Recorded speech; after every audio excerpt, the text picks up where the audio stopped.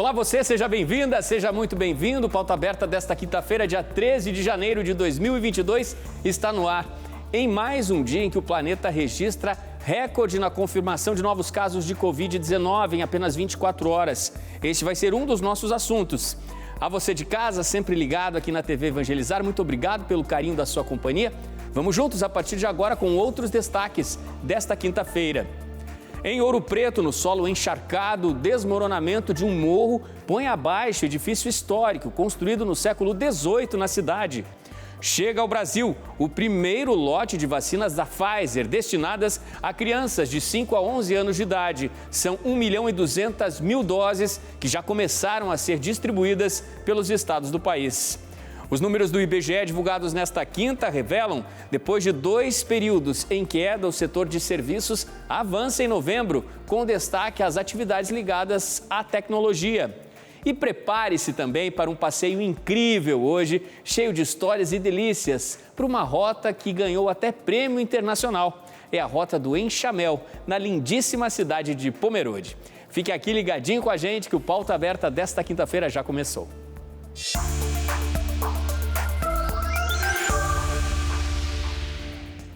Em Ouro Preto, um casarão histórico e também um depósito foram destruídos na manhã desta quinta-feira. O deslizamento de parte de um morro em consequência do solo encharcado pelas chuvas, numa região de montanha, segundo a Defesa Civil, não deixou feridos. Foram poucos segundos e, de repente, tudo veio abaixo. Meu Deus do céu, amor. Não sobrou nada pelo caminho. O casarão histórico do século XVIII, localizado na região central de Ouro Preto, era propriedade da prefeitura da cidade. Segundo a prefeitura, o prédio já estava interditado desde 2012. No entanto, outros prédios da região funcionavam normalmente, mas toda a área atingida, nessas imagens impressionantes, pouco antes já tinha sido evacuada às pressas pelo Corpo de Bombeiros. Os bombeiros foram cedo para lá, antes do desmoronamento, justamente para verificar a instabilidade do solo. Às 9h10, o Morro da Forca, que é conhecido assim na cidade, porque fica bem ao lado da praça onde escravos eram enforcados entre os séculos 17 e 19, veio abaixo.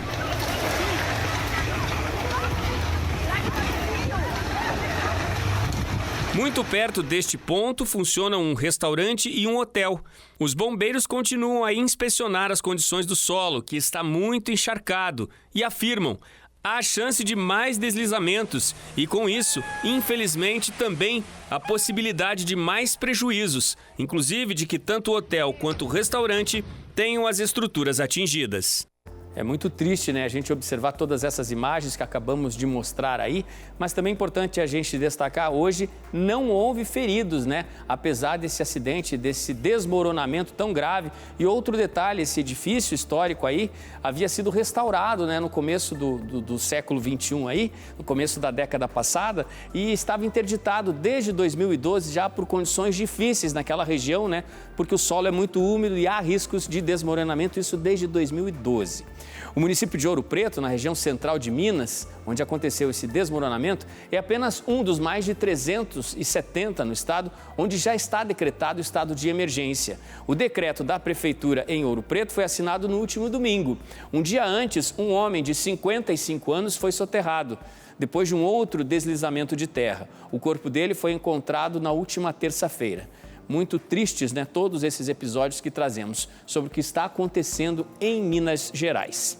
E as consequências das chuvas em Minas são alarmantes. Ao todo, já são 374 cidades que decretaram estado de emergência. O número de cidades que já declararam estado de emergência subiu de 341 para 374, um quadro alarmante e que aumenta de um dia para o outro no estado. Em Minas, já são quase 2.000 desalojados. Segundo a Coordenadoria Estadual de Defesa Civil, desde o início da chuvarada, 26.492 pessoas ficaram desalojadas. 25 pessoas morreram.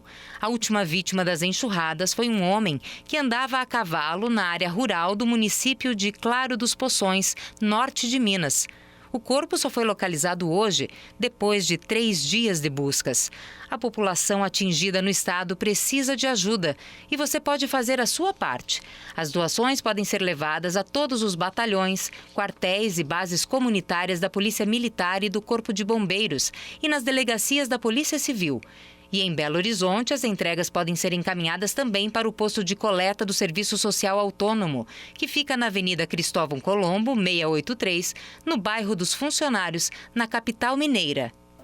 Importante a gente destacar também que as comunidades eclesiais também participam, né, desse trabalho aí de arrecadação de donativos aí para ajudar as vítimas, né, dessas chuvas em Minas Gerais. E diante dessa situação terrível de chuvas, alagamentos, que não atingem apenas o estado de Minas, o governo federal anunciou que vai liberar para os estados da Bahia, de Minas Gerais, Pará e Goiás, 2 bilhões de reais para auxiliar, né, na reconstrução de estradas e também para garantir atendimento básico às famílias tão atingidas pelas chuvas. A expectativa é que o governo assine até amanhã essa medida provisória. Esse dinheiro deve ser distribuído entre os Ministérios do Desenvolvimento Regional e Infraestrutura. A medida é fruto de uma conversa do presidente com seus assessores e ministros nesta semana sobre disponibilizar mais verbas aos estados. No fim de dezembro, o governo liberou 200 milhões de reais para a reconstrução de rodovias no Nordeste devido às chuvas. A previsão é que o presidente Jair Bolsonaro sancione amanhã esta medida provisória, que deve liberar 2 bilhões de reais aos estados mais atingidos pelas fortes chuvas. Bom, são vários estados que precisam dessa ajuda importante, né, que chega encaminhada aí pelo governo federal, a medida já será assinada, mas agora a gente tem que chamar a atenção que é um alerta da Defesa Civil no Paraná para a região de Curitiba, para chuvas fortes que podem chegar a Curitiba no fim da tarde dessa quinta, começo da noite.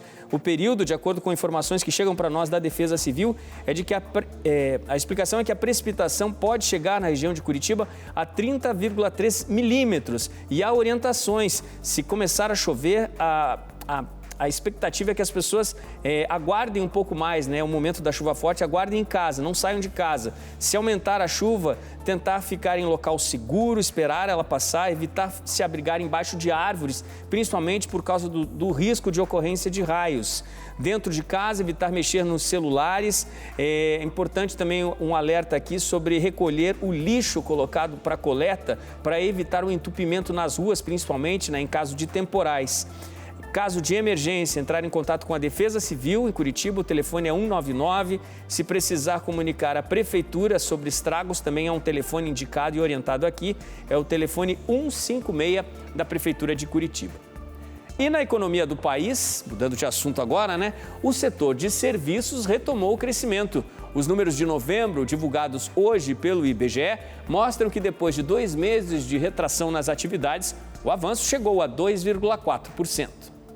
E com a alta confirmada em novembro, o setor chegou a um aumento de 4,5% na atividade econômica na comparação com o período de pré-pandemia, registrado em fevereiro de 2020. No acumulado dos 12 meses anteriores, o crescimento chegou a 9,5%. Olhando apenas para o ano de 2021, o volume do setor serviços deu um salto maior, de 10,9%. São os melhores resultados dos últimos 6 anos para o setor, igualando dezembro de 2015, segundo o IBGE.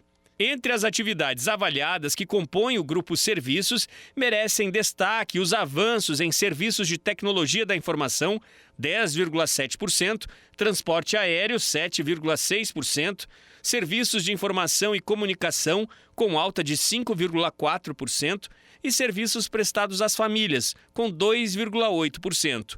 O avanço mais forte do setor em novembro foi registrado nos estados de São Paulo, Rio de Janeiro, Santa Catarina e Paraná. Entre as atividades analisadas, a atividade turística, que integra o grupo Serviços, apresentou em novembro avanço pelo 7º mês seguido. São números, né, apresentados pelo IBGE e que indicam, né, retomada da economia, apesar do período pandêmico que o país ainda enfrenta. O país não, né, o mundo inteiro. Vamos falar agora da alta de gasolina, né? Ela passou a ser cobrada quarta-feira nas distribuidoras desde ontem, né? Isso aconteceu, mas ela já chegou aos postos de combustíveis do país. No Rio de Janeiro, mas este aumento deixou revoltados os consumidores. Os motoristas que passavam pela orla de Copacabana, no Rio, reclamaram de mais um aumento. A gasolina aumentou, aumenta tudo. E onde vai parar isso, entendeu? Aí parece que é um agregado. Se aumenta a gasolina, aumenta tudo, tudo aumenta. Aí quer dizer, como é que a gente vai fazer? Entendeu? Não tem jeito não, o negócio é difícil, tá difícil o negócio, entendeu? Tá tudo caro, a inflação tá muito alta. A inflação no Brasil tá muito alta, tá tudo ficando caro para comprar. Sobe o petróleo, o barril do petróleo sobe aqui. Então acho que não devia ser assim, porque nós não ganhamos em dólar, nós ganhamos em real. Então tem que ser o combustível que nós teríamos aqui no Brasil teria que ser em real. A Petrobras anunciou na terça um aumento de 4,85% no preço da gasolina e 8,8% no valor do litro do diesel, em meio ao aumento da inflação no país, que fechou 2021 com alta de 10,6%. A taxa é a maior desde 2015 e muito mais elevada que a do ano anterior, que ficou em 4,52%. No último reajuste de preços, em dezembro, a Petrobras baixou o preço da gasolina pela primeira vez desde junho em 3,1%, mas manteve o preço do diesel inalterado. Em fevereiro de 2021, Bolsonaro substituiu o presidente da estatal pelo general da reserva Joaquim Silva e Luna após criticar os aumentos do preço do diesel. A decisão foi tomada em meio a um forte descontentamento dos caminhoneiros, um dos grupos apoiadores eleitorais do presidente. A gente sempre tem repetido aqui, né? Tá difícil a situação para o consumidor brasileiro e esse começo de 2022 já dá a largada, né, com o primeiro reajuste aí no preço da gasolina e também do óleo diesel. Bom, vamos para o intervalo, gente. A seguir, você é nosso convidado para descobrir os encantos e as delícias de uma rota cheia de surpresas na linda cidade de Pomerode, em Santa Catarina.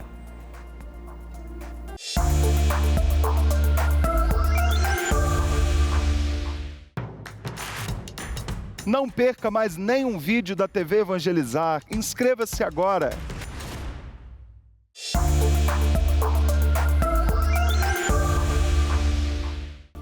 Pauta Aberta está de volta para esse segundo bloco, ao vivo para todo o Brasil. 5h03 agora. Você de casa, mais uma vez eu digo muito obrigado pelo carinho da sua companhia. Nosso assunto agora é a pandemia, os números alarmantes, né, com a variante Ômicron. O mundo bateu hoje novo recorde de casos de Covid. No período de apenas 24 horas foram registrados, dessa vez, 3.670.000 novos casos de pessoas infectadas. Os dados foram divulgados hoje, pelo projeto Our World in Data, um projeto ligado à Universidade de Oxford. E é o 5º recorde diário de novos casos de Covid nos últimos 10 dias. No combate a essa pandemia, chegou ao país na madrugada desta quinta o primeiro lote de vacinas destinadas às crianças de 5 a 11 anos de idade, 1.200.000 doses. E a distribuição aos estados já começou. O voo vindo da Europa chegou aqui no Aeroporto Internacional de Viracopos, em Campinas, no interior de São Paulo, pouco antes das 5 horas desta madrugada. É o primeiro lote de vacinas contra a Covid-19 da Pfizer, destinadas a crianças de 5 a 11 anos de idade. Este primeiro lote é de 1.200.000 doses. Até o final deste mês, a previsão é que cheguem mais lotes, totalizando mais de 4 milhões de doses só em janeiro. De acordo com o Ministério da Saúde, o público estimado é de 20 milhões de crianças em todo o país. A vacinação será realizada por faixa etária, com prioridade para crianças com comorbidade ou deficiência permanente. A vacina da Pfizer para crianças foi autorizada pela Agência Nacional de Vigilância Sanitária, com intervalo de 8 semanas entre a primeira e a segunda dose. As vacinas serão distribuídas de forma proporcional aos estados. Bem, é uma imensa operação logística, para garantir a entrega dos imunizantes em todos os estados de norte a sul do país. E esse trabalho já começou. Tanto que em muitos estados o calendário da vacina nas crianças já está pronto, já está montadinho. E quem traz ao vivo as informações sobre esse assunto para a gente, quem tem todos os detalhes, é o Sérgio Júnior, que está aqui no telão. Boa tarde para você, Sérgio. A vacinação nos estados, como é que está o planejamento para garantir a vacina para as crianças de 5 a 11 anos? Muito boa tarde para você, Odilon. Muito boa tarde a todos que nos acompanham. Contagem regressiva, porque algumas cidades já elaboraram o seu calendário de vacinação infantil contra a Covid-19 e o Distrito Federal, por exemplo, já vai começar no próximo domingo esse calendário, tudo previsto. Todas as cidades do Brasil vão seguir as normativas do Ministério da Saúde, que é vacinar as crianças com comorbidades e deficiência permanente por primeiro. Mas algumas cidades já definiram o seu calendário de vacinação. Rio de Janeiro, por exemplo, começa na próxima segunda-feira, no dia 17, vacinando primeiro as meninas de 11 anos. Na sequência, na terça-feira, os meninos de 11 anos. Já na quarta-feira, a repescagem de ambos, de meninas e meninos, e o calendário vai até o dia 9/2. São Paulo também já definiu seu calendário de vacinação, que começa na próxima segunda-feira, também dia 17, e segue até o mês de fevereiro. Lembrando que o governo de São Paulo liberou um pré-cadastro para as crianças, né, para ir já fazendo pré-cadastro no site do governo, lá no vacinejá.sp.gov.br. Goiânia também já definiu, começa na próxima segunda-feira também. Não vai ser preciso um agendamento, são 15 pontos de vacinação na cidade e, conforme as outras cidades, também vai seguir a ordem decrescente do maior para o menor. No Nordeste também vai começar na segunda-feira. No Ceará, lá no Ceará começa também nessa segunda-feira. Curitiba, a expectativa é que o calendário de imunização de crianças deva começar nesse final de semana ou na segunda-feira. E isso quem falou foi o secretário de Saúde aqui do estado do Paraná, numa coletiva ontem, que ele explicou sobre o calendário e também sobre essas doses de imunizante contra a Covid-19 da Pfizer que estão vindo para as crianças. Lembrando que essas vacinas vão chegar amanhã na maioria das cidades aí do nosso país. Odilon, volto com você. Sérgio, muito obrigado pelas suas informações, tá certo? Sérgio Júnior trazendo para nós ao vivo aí todas as informações, né, com relação ao calendário da vacina. Vale a gente destacar, né, gente? A vacinação começa nas crianças mais velhas, as crianças de 11 anos de idade, e segue em ordem decrescente, com prioridade para aquelas crianças que têm alguma comorbidade, né, que precisam tomar o quanto antes a vacinação. Então, os estados já estão preparados, se organizando para garantir esse calendário. Agora, eu quero fazer a você de casa um convite a fazer uma viagem comigo aqui pelo Pauta Aberta, e assim nós vamos juntos à cidade que é considerada por muitos a mais alemã do Brasil. É a lindíssima Pomerode. E você sabia que por lá há uma rota turística definida, sim, justamente pelas características arquitetônicas das casas? A chamada Rota do Enxaimel ganhou até reconhecimento internacional por causa disso. Estamos na cidade que é considerada a mais alemã do Brasil. Pomerode, no Vale do Itajaí, em Santa Catarina, preserva até hoje a tradição dos imigrantes alemães, que está presente em cada detalhe, na música, gastronomia, festas e costumes. O Rogério, que nasceu aqui, conta como a história dos seus antepassados começou. Em 1868, então, quem chegou primeiro da nossa família foi meu trisavô e o meu bisavô em 1868, então a gente veio de uma região chamada Pomerânia, Pommern, por isso que o nome de Pomerode hoje em dia. A maioria das famílias que se instalou aqui veio da região da Pomerânia, e que essas casas ali, essa cabana, na verdade é uma cabana, em alemão se chama Hütten, de palmito e cipó preto. Isso aí então eram as primeiras moradias quando todas as famílias que vieram para cá iniciaram assim, porque há 150 anos atrás aqui não tinha absolutamente nada, e por isso que essas eram as primeiras moradias. E na arquitetura, a tradição germânica resiste às marcas do tempo. Pomerode tem centenas de casas construídas com a técnica alemã conhecida como Enxaimel. Essa casa aqui, a nossa casa, ela é de 1913, ela tem 108 anos. Atualmente aqui nessa casa moram 3 gerações. Meu pai, minha mãe, minha esposa, meus 2 filhos, 4ª, 5ª, 6ª geração. Então essa aqui é um patrimônio histórico tombado pelo IPHAN, né, nos 3 níveis, federal, estadual, municipal. E essa casa é um patrimônio histórico porque ela foi construída sem prego, sem ferro e sem cimento, sem energia elétrica, sem combustível e sem dinheiro. O enxaimel seria, na verdade, a forma de construção, que seria a parte da madeira, a estrutura, e os tijolos é só um preenchimento desses vãos aí. A maioria das casas fica no bairro Texto Alto, na chamada Rota do Enxaimel, tombada pelo Instituto do Patrimônio Histórico e Artístico Nacional, o IFAM. São cerca de 50 residências, a maior concentração nesse estilo fora da Alemanha. Também é possível entrar em algumas casas para conhecer um pouco mais da cultura alemã. A casa da família Radins, por exemplo, é repleta de recordações que nos transportam a um outro período da história. A residência, construída em 1932, pertenceu aos avós da dona Iracema. A casa foi construída pelos meus avós paternos, né? E ano que vem ela vai fazer 90 anos. E eu comecei a restaurar a casa ano passado. Aí reformei toda a casa e agora estou recebendo de 11 de julho a abrir para fazer visitação da casa para os turistas. O percurso de 16 quilômetros também possui outros atrativos. Opções gastronômicas muito tradicionais não faltam.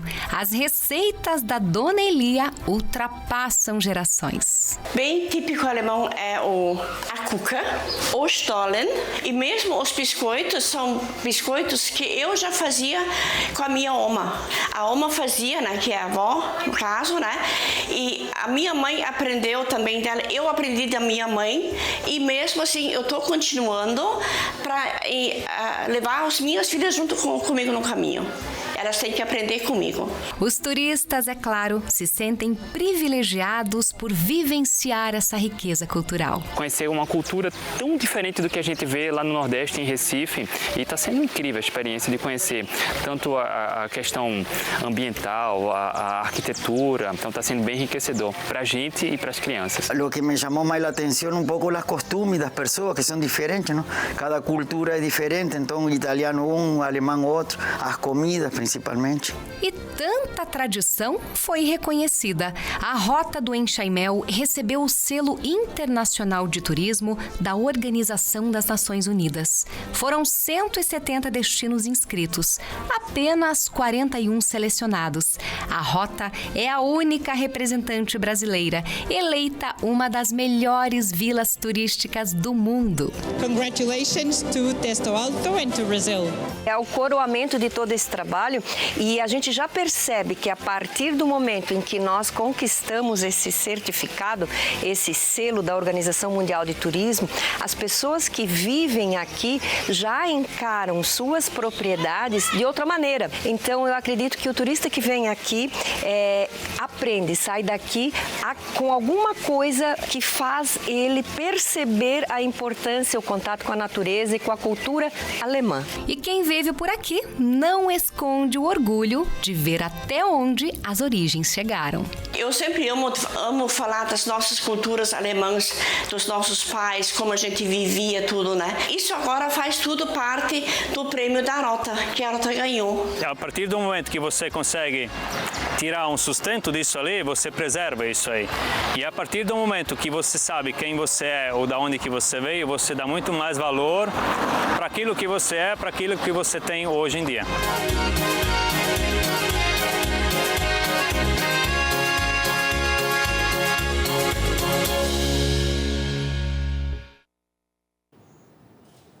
Linda, encantadora e germânica Pomerode, né? Que atrai muitos e muitos turistas, muitos visitantes e agora tem até reconhecimento internacional agora por conta da Rota do Enxaimel. Eu ainda não conheço, mas ainda vou visitar Pomerode. E depois dessas imagens tão lindas da cidade, né? Dessa reportagem tão bonita, a gente se despede. Pauta Aberta desta quinta fica por aqui. Um excelente fim de tarde para você. Eu te espero amanhã de tarde aqui na TV Evangelizar. Tchau, tchau.